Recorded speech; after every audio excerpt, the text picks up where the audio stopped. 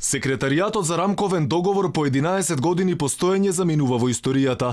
Владата на негово место ќе формира ново Министерство за политички систем и односи меѓу заедниците. Со него најверојатно ќе раководи подпредседателот Хазби Лика, но само ако биде избран од власта. Во Секретаријатот за рамковен договор има околу 1700 вработени, меѓу кои голем дел од нив не одат на работа. Формирањето на Министерството следи откако група претеници од парламентарното мнозинство во Собранието предложија измени и дополнување на Законот за организација и работа на државните органи и Законот за влада.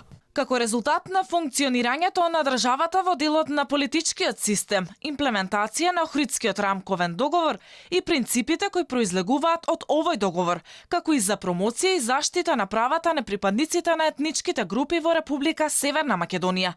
Постои потреба од формирањето на новото Министерство за политички систем и односи меѓу заедниците.